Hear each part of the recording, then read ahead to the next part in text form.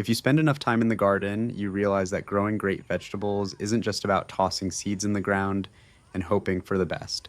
It is about understanding what your plants need at the exact right moment, whether that means stepping in when weather and pests threaten your crops, or making the tough call to slow down early growth for a massive payoff later. I've been working through my garden beds recently, dealing with the unexpected challenges of heavy rain, battling weeds, and figuring out how to get the absolute most out of my climbing vines. There was one specific result I saw on my cucumber vines that completely changed how I handle young plants, and I'll show you what happened when we get to that part. By the time we wrap up today, you'll have two practical, hands-on strategies you can use right away: how to completely refresh an overwhelmed vegetable bed to protect your harvest, and a simple pruning trick that forces your vines to produce way more fruit than they normally would. Let's get into the first project and take a look at what's going on in the eggplant bed. Project 1: Cleaning up and caring for the eggplant bed.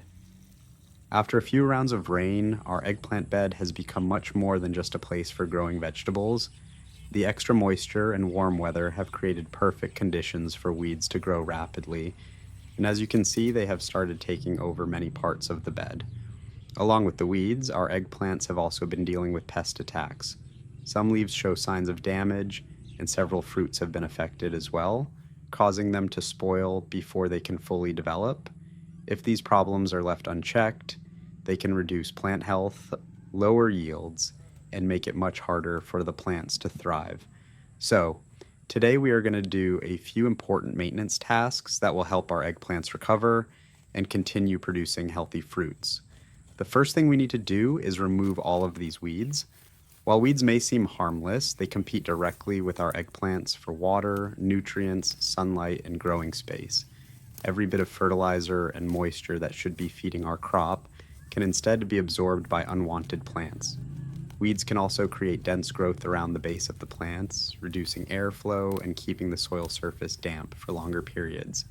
This moist environment can encourage fungal diseases and provide hiding places for insects and pests. By removing the weeds, we allow our eggplants to get full access to the resources they need, while also making it easier to inspect and care for the plants throughout the season. With the weeds cleared away, the next step is pruning. Eggplant plants often develop a lot of dense foliage, especially after periods of rain and rapid growth. When leaves become overcrowded, air circulation around the plant is reduced. Poor airflow can trap moisture on the leaves and create ideal conditions for disease development. Pruning helps open up the plant canopy, allowing fresh air and sunlight to reach more parts of the plant. As we prune, we are also removing leaves that have been damaged by pests. Leaves that are heavily attacked often become less productive and can continue attracting insects. Removing them helps the plant direct its energy toward healthy growth instead of trying to support damaged tissue. We will also remove any fruits that show signs of pest damage or infection. After removing the weeds, pruning the plants, and cleaning away damaged fruits, the entire bed looks much more organized and manageable. It is now easier to see each plant, monitor its health, and carry out future maintenance. More sunlight reaches the plants, airflow is improved, and the growing environment becomes less favorable for pests and diseases. Now it is time to give the plants a nutrient boost. We have prepared a simple fertilizer made from eggshells and wood ash. Eggshells are a valuable source of calcium, an important nutrient that helps support strong cell walls and healthy plant development. Calcium also plays a role in root growth and overall plant strength. Wood ash contains potassium along with several trace minerals that plants need for healthy flowering and fruit production. Potassium helps regulate water movement within the plant, supports disease resistance, and contributes to better fruit quality. By applying this mixture around the plants, we are supplying nutrients that can help support strong growth and productive harvests. The final step is pest control. For this, we are mixing neem oil into lukewarm water and preparing a spray for the plants. Neem oil is widely used in home gardens because it helps control many common garden pests while being gentler on beneficial insects when used correctly. As we spray the leaves, it is important to inspect the plants carefully and locate the insects causing damage. Rather than spraying blindly, we will focus directly on the pests and the areas where they are hiding. This targeted approach helps improve effectiveness and reduces unnecessary waste. Regular monitoring and timely spraying can help keep pest populations under control and protect both the leaves and developing fruits.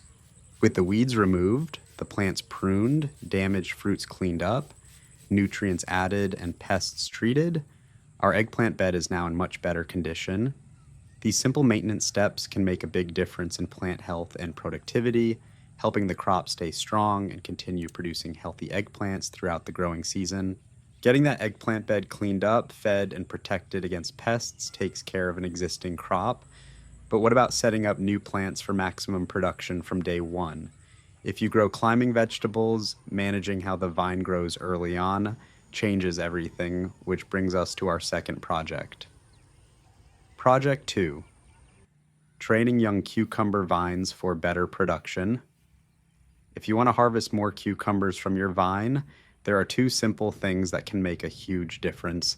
The same method works for many other vine crops too, including melons, pumpkins, snake cucumbers, bottle gourds, bitter gourds, and similar climbing plants. The first step is to pinch or cut off the growing tip of the main vine when it reaches about 2 to 3 feet in length. At first, this may seem like the wrong thing to do because everyone wants the vine to keep growing, but removing the tip changes the way the plant grows. Instead of putting all its energy into making one long stem, the plant starts producing side branches. These side branches are where most cucumber varieties produce a larger number of female flowers, and female flowers are the ones that develop into fruits. More healthy side branches usually mean more flowering points, and over time, a much bigger harvest. Another benefit is that the plant becomes fuller instead of long and thin. A bushier vine captures more sunlight, develops more leaves, and produces more energy through photosynthesis. That extra energy is eventually used to support flowering and fruit production. The stronger the plant becomes during its early growth, the better it can handle the heavy load of cucumbers later in the season.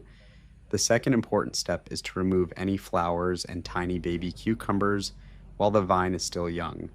This is something many gardeners find difficult because nobody likes removing the first fruits. However, allowing a small plant to produce cucumbers too early often slows its overall growth. Fruits act like strong energy sinks. Once the plant starts developing cucumbers, a large portion of its water, nutrients, and sugars is redirected into enlarging those fruits instead of growing new stems, leaves, and roots. By removing those early flowers and baby fruits, you encourage the plant to keep investing in its root system and vine growth. A deeper, stronger root system can absorb more water and nutrients from the soil. A larger canopy of leaves can produce more food for the plant. After just a short time, the vine becomes much stronger and is capable of supporting many more cucumbers than it could have if it had started fruiting too early. Think of it like building a house. You first need a strong foundation before adding more rooms. If the foundation is weak, the whole structure is limited. In the same way, a cucumber plant with strong roots and vigorous vines can produce more flowers, hold more fruits, and continue harvesting for a much longer period. Once the vine has grown well and has developed plenty of leaves and side branches, stop removing flowers. From that point onward, let every healthy flower develop into a cucumber. The plant now has enough strength to support continuous fruit production without exhausting itself. These two simple practices require only a few minutes, but can noticeably improve your harvest. Instead of getting a handful of cucumbers early and then watching the plant struggle, you'll often end up with a healthier vine that keeps producing fresh cucumbers for weeks. The same approach works well for many other vine crops, making it one of the easiest ways to increase production naturally without spending extra money on fertilizers or special products. Looking at both of these garden projects, it really comes down to giving our plants the right support at the right time. Whether you are clearing out weeds, opening up airflow, and feeding your eggplants with a natural mix of eggshells and wood ash after a heavy rain, or making the tough choice to pinch back your cucumber vines and snip off early baby fruit to build a stronger foundation, these hands-on steps prevent small issues from turning into major problems. As I noticed with my own vines, holding back on early fruiting felt unnatural at first, but the payoff in structural strength and heavy yields later in the season makes it completely worth it.